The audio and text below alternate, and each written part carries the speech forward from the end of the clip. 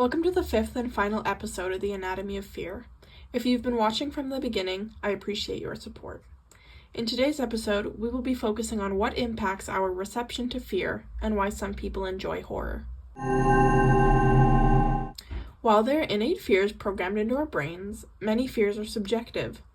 I've always been sensitive to gory movies and body horror. Body horror scenes make me feel nauseous and anxious, while they have little to no effect on my family. On the other hand, movies that deal with the devil and paranormal activity really frighten my mom. To me, movies about the devil and ghosts hardly scare me at all. Why are we afraid of different things even though we share the same genetics? Like mentioned in episode 3, culture plays a large part in what we're scared of.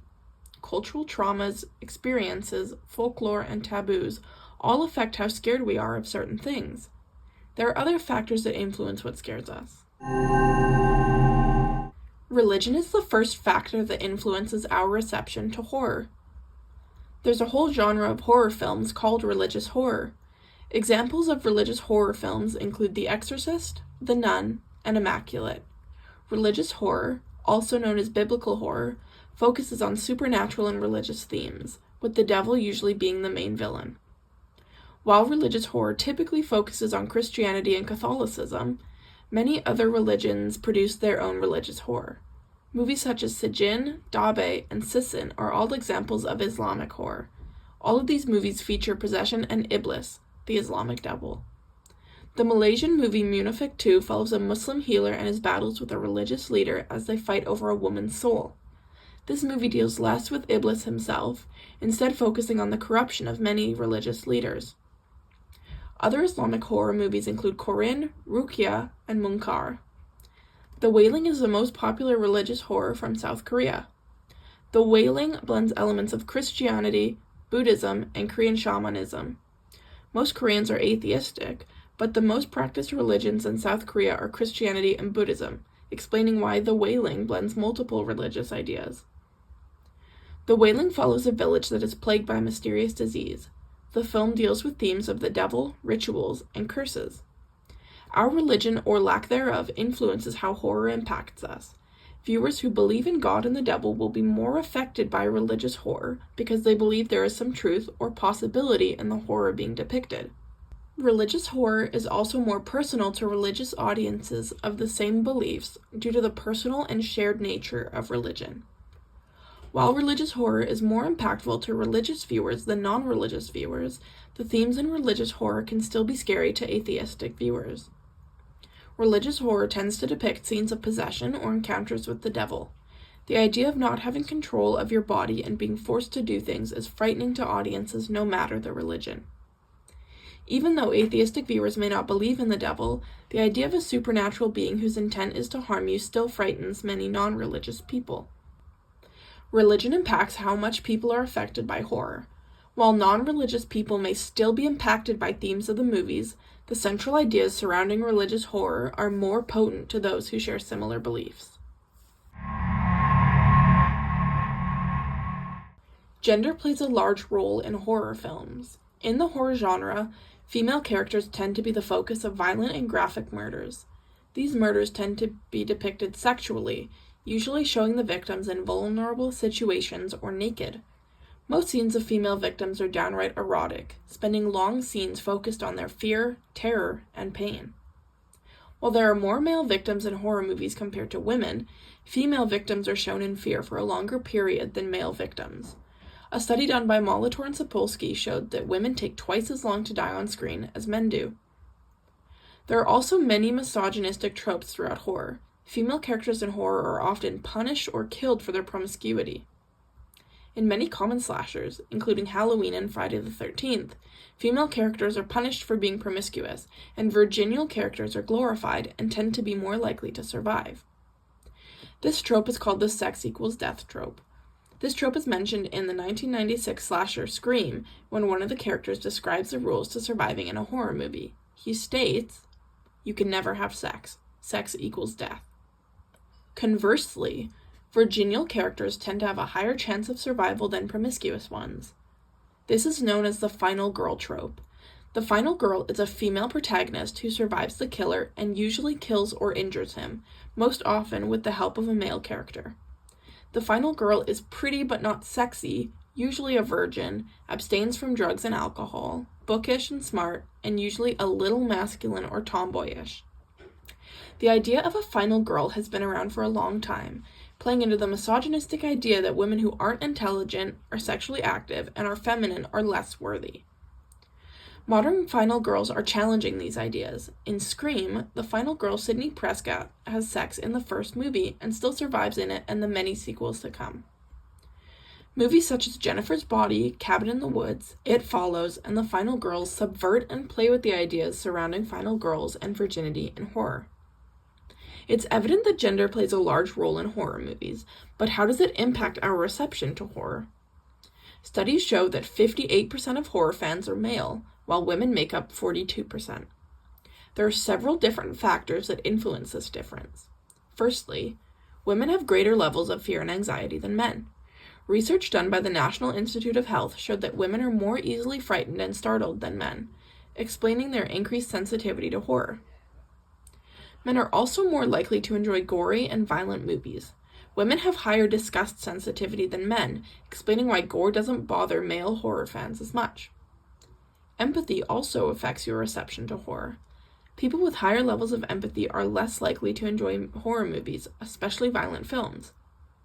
According to a study done by Batson et al. In 1996, women have higher empathy levels than men. While there are many explanations as to why men enjoy horror more than women, horror is still a popular genre among female audiences. The number of female horror fans is increasing, and movies such as The Ring, The Grudge, and The Exorcism of Emily Rose had more female fans in theaters than male. 65% of the audience that bought in-theater tickets to The Grudge were women. Hopefully within the coming era of horror, we'll see an increase in female directors within the horror industry, expanding the genre for female fans around the world. Our sensitivity to horror movies can also be increased if they include one of our phobias. Phobias are defined as an extreme or irrational fear of or aversion to something. Phobias can be classed as a type of anxiety disorder if they disrupt your daily life. Phobias can be caused by numerous things. They can be genetic or learned behavior. If one of your parents has a certain phobia, you are more likely to share that phobia. Phobias can also be learned through the behaviors of a role model. If a person close to you has a phobia of spiders and panics when seeing them, as a young child you may learn to mirror their reaction, eventually developing the same phobia. Phobias can also be developed based on a negative experience. Trauma can cause phobias of certain events or related things. Many people develop phobias of objects, events, or places that occurred during a traumatic event. Panic attacks can also cause certain phobias. If you respond to a certain thing by having a panic attack, it may develop into a phobia. By avoiding the trigger, you also increase the risk of developing a phobia of it. Phobias differ from fear due to their irrationality. Fear is a rational reaction to a danger or threat, whereas phobias are irrational. People who suffer from coulrophobia, the fear of clowns, will be more affected by the movie It than a person who does not suffer from coulrophobia. This is because phobias trigger a strong emotional reaction. Horror movies are already designed to make you frightened, but people who suffer from phobias have that added level of fear and discomfort. Horror films tend to depict uncomfortable situations in a realistic and immersive way. Personally, I'm afraid of large bodies of water. This is known as thalassophobia. Movies such as 47 Meters Down or The Shallows, which center around the idea of being stuck in the middle or at the bottom of the ocean, frighten me greatly. Both films feature realistic scenes of characters trapped underwater.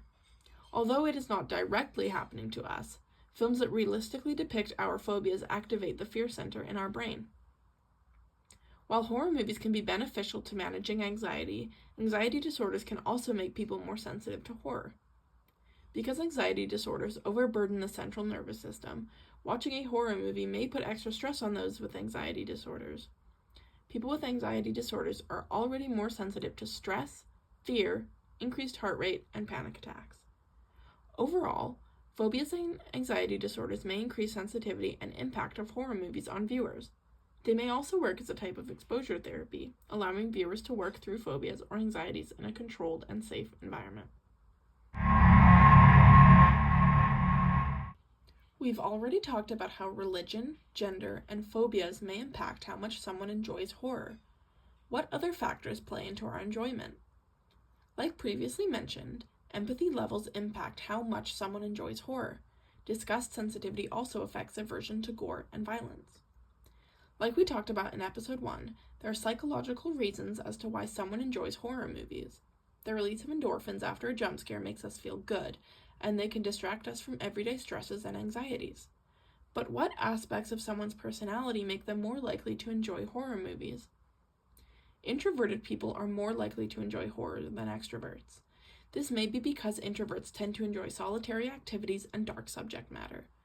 They may be more drawn to the emotional experiences and suspense created by horror. Introverts also tend to enjoy being intellectually stimulated and enjoy complex plots.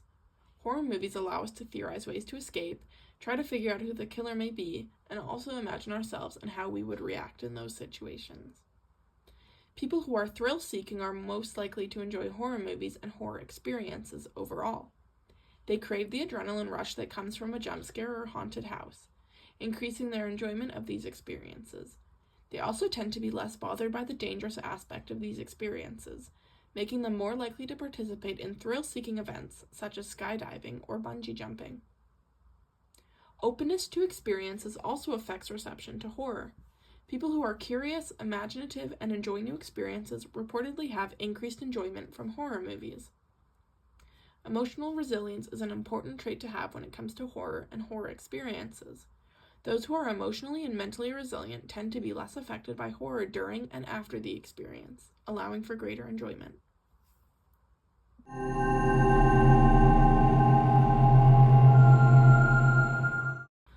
Those are some of the main factors that impact our reception to horror. I appreciate you watching these videos, and I hope you've learned something new about the horror genre. On that note, I'm going to go watch the new Smile movie. Thank you for watching.